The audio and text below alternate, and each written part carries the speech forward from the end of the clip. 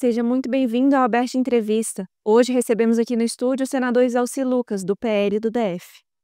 Senador, muito obrigada pela sua participação. Eu que agradeço. Senador, o senhor pode fazer um balanço, avaliar um pouco do seu mandato nos últimos anos e quais são as suas prioridades para o futuro? Olha, eu entrei na política pela educação, né, e eu vejo que é o único instrumento que pode dar igualdade de oportunidade para as pessoas. Mas tive o privilégio também de ser 2 vezes secretário, então eu pude conhecer um pouco o executivo, o legislativo, que eu fui deputado distrital, fui 3 mandatos federal e agora como senador. Eu vim para o Congresso mais para mudar as leis para poder facilitar na execução, porque na área pública você só pode fazer o que é permitido, diferente da iniciativa privada que você faz o que você quiser, só não pode fazer o que é proibido. Mas na área pública, só pode fazer o que é permitido. Então, eh, por exemplo, né, uma das grandes preocupações que eu tenho na educação é a educação profissional. Na minha época, você saía do ensino médio com uma profissão, hoje não fazem, não sai mais. Então o que que acontece hoje? O jovem, só 22% de cada 100, 22 entram na faculdade, 78 não entram. E aí fica essa geração neném, que não estuda e não trabalha. E aí, segurança pública tem tudo a ver com isso. Se você não der oportunidade para esses jovens de se qualificar, de trabalhar, a tendência é ir para o crime, né, porque minha avó já dizia: "Cabeça vazia, oficina do diabo, não tem o que fazer, vai fazer o que não presta". Então esse é um gargalo que nós precisamos resolver. Inclusive, em Brasília não tinha nenhum instituto federal. Quando eu fui secretário, nós federalizamos Planaltina, a escola que tinha aqui, e hoje nós temos 11 institutos federais.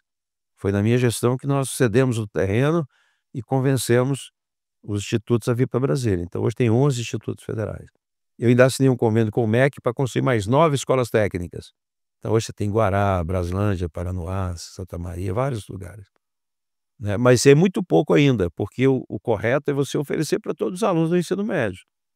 Então eu fui para o Congresso, lá nós aprovamos, eu fui o presidente da comissão do novo ensino médio, que é exatamente para colocar na grade horária a educação profissional. Então aprovamos. Agora, sem a aprovação da lei você não podia implementar, mas com a aprovação depende de governo. No Brasil você não tem política de estado, você tem política de governo. Cada governo que entra acaba com tudo e começa de novo. Então a gente deu 5 anos para implementar, mudou o governo, está parado, né. Eu estudei muito Brasília, né, preocupado inclusive para poder melhorar a arrecadação do DF, mudar a matriz econômica.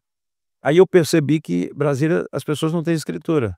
Na área rural praticamente ninguém tem escritura, e na área urbana muitas cidades não têm escritura. Então o que que eu fiz? Primeira oportunidade de uma medida provisória que era para regularizar a Amazônia, tudo que era necessário colocar aqui no DF eu coloquei na lei. Então hoje nós aprovamos uma lei com todas as emendas, são 28 emendas que foram acatadas. Hoje a lei permite regularizar todas as áreas do DF. Sem a lei você não podia regularizar. Com a lei, depende agora de prioridade de governo, de competência de governo, mas já estão fazendo, né. A mesma coisa educação infantil, que é um gargalo também na educação. Você não tem hoje a alfabetização na idade certa, e nem qualidade na alfabetização. Então, essas crianças carregam essa dificuldade para o ensino fundamental, ensino médio e faculdade. Então eu fui o relator do Fundeb, que é o principal fundo da educação. A gente colocou, aumentou em 26% os recursos, que é muito recurso, 150 bilhões, nós botamos para educação infantil e educação profissional. Então aprovamos a lei do Fundeb. Aqui, né, a gente protegeu o fundo constitucional, também que é importante para Brasília, 40% da arrecadação do DF é o fundo constitucional. Tentaram mudar por diversas vezes, nós conseguimos segurar para não prejudicar o DF. Então, o que tinha assim, na área de ciência e tecnologia eu mudei tudo. Como eu fui secretário 2 vezes do Roriz e do Arruda, eu coloquei na Constituição a inovação, que não tinha, mudamos toda a legislação, o marco regulatório de ciência e tecnologia, e faltava recurso, eu consegui aprovar uma lei também, de minha autoria, proibindo o governo de desviar recursos da ciência e tecnologia para outras áreas, ou para contingenciar os recursos. Então hoje nós temos mais de 20 bilhões por ano garantido em função dessa lei que nós aprovamos. Então, a gente fez o dever de casa no Congresso, agora esperamos executar isso, né. E quem executa é quem tem a caneta é governador. Então, me preparei para isso, né. Agora falando um pouco sobre, proteção de dados, como tem sido avaliado, como tem sido, pensado esse tema? Bem, primeiro nós aprovamos uma lei de muita importância, né, conseguimos melhorar bastante o texto, incluindo inclusive, além dos advogados, também outros atores na área de tecnologia, né, porque a proteção de dados é importante, mas também ela não pode inibir criatividade, utilização, por exemplo, inteligência artificial funciona hoje em função de um banco de dados. Então está muito relacionado, você tem que, né, fazer uma legislação compatível para não prejudicar a criatividade do brasileiro, a inovação, você não pode sacrificar isso, mas ao mesmo tempo proteger as informações do cidadão, né, que é invadido todo dia, toda hora. Então, acho que a gente precisa fortalecer o sistema de fiscalização, ou através de agência, ou melhorar a instituição que existe hoje já, né, mas é uma preocupação e que pode gerar muitos conflitos judiciais, se a gente não fizer uma boa legislação. Qual a sua avaliação sobre a segurança pública e a saúde do DF? O que é que tem sido feito em prol desse tema? Olha, a saúde é um gargalo que já existe há muito tempo e cada candidato, cada governador que entra diz que é questão de gestão. E na prática é mesmo. O que falta na saúde no DF é gestão, porque nós temos, por exemplo, o maior número de médicos por habitantes. Nós temos boas instalações. O que falta é competência, controle, digitalização, né, de tudo, da tecnologia, você informatizar tudo, né, e ter uma boa gestão. Hoje não tem controle de nada, não há integração entre os hospitais, ninguém sabe de nada que acontece na saúde.